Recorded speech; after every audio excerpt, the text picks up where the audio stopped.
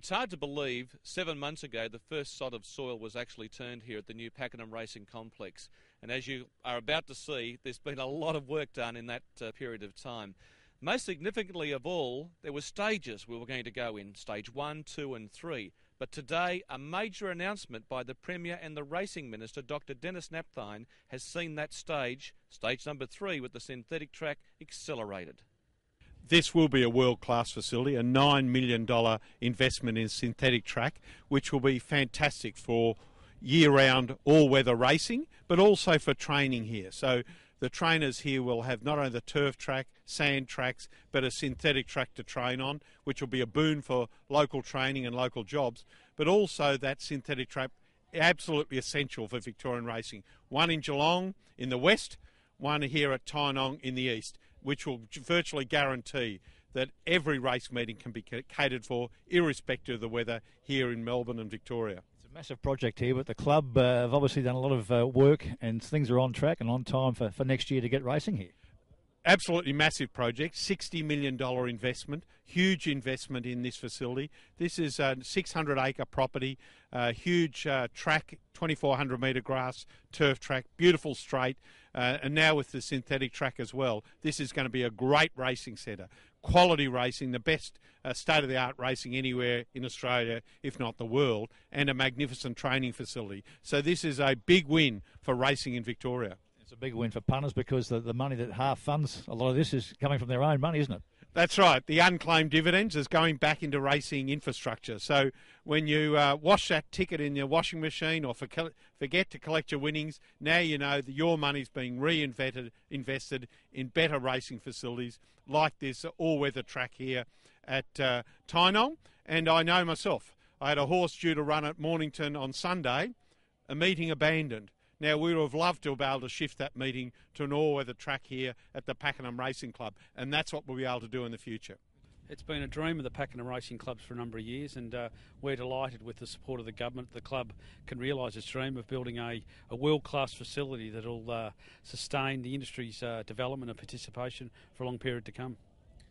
Such a big project, and just coming out here today to see so much work being done and thinking how far away it is, but it's actually not that far before completion. No, there's 600 acres, the 2,400 metre grass track and today's announcement of the 2,000 metre synthetic track are important foundations for the development of this site, and we're about 18 months to 2 years away from racing on the grass track and another 12 months to racing on synthetic, but we're delighted. The club have done an enormous job, and I just think longer term the investment the club made was good for the community and also good for the participants going forward. And obviously great for racing as well, because now we have a synthetic track over this side of town, and not only that, we are able to cater for all distances. Our plan, all distances across grass and synthetic, our plan will be to run up to 40 race meetings once this venue is fully functional, split around 16 synthetics and 24 grass track race meetings. So yeah, we'll get some consistency.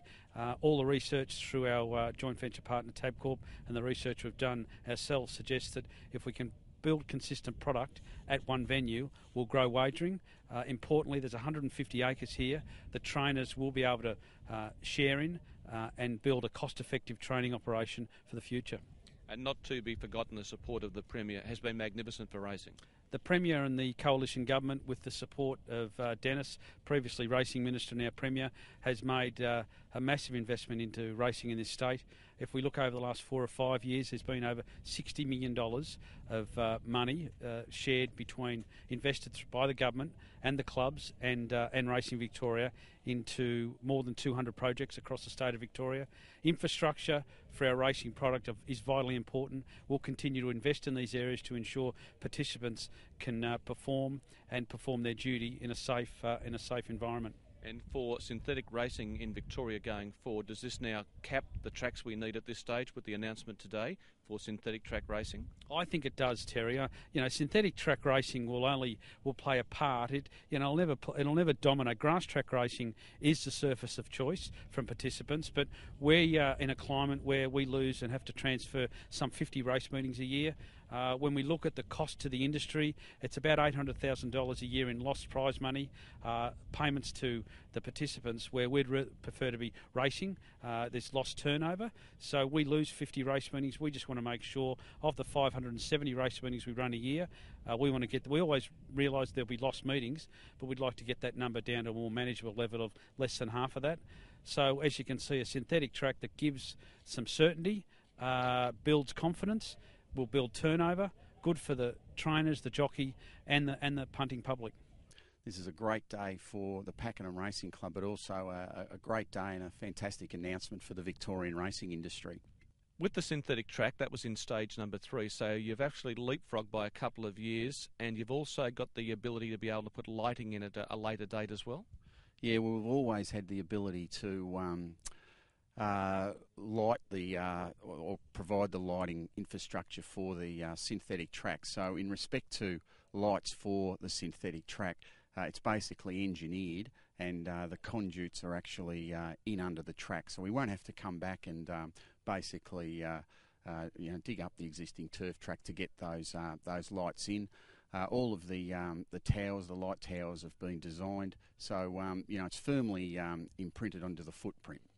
This has been great also for racing in general, because we've been looking for a synthetic track on this side of town, and now this is going to be fully funded by the Pakenham Racing Club, also with RVL Country Racing, but also from the Premier with tickets that have been unclaimed in the past. Yeah, that's right. 3 million of the 9 million required to build this synthetic track is coming from the government's VRIFT fund, which is basically a fund made up of the unclaimed dividends on an annual basis. So, we're delighted to have received a $3 million amount from the government fund. That's a big contribution, and it's quite sizable, and I think it reflects the Premier and also racing industry's support for this synthetic track here today. For our viewers on TVN, refresh us when we have the grass track up and running, and then when will the synthetic track follow on from that? Yeah, well, the grass track is basically, as you can see, well underway with its construction at the moment, and we're hoping to have it completed by the latter end of 2013, and it will just lay and consolidate for the 12 months subsequent to that for commencement of racing in late 2014.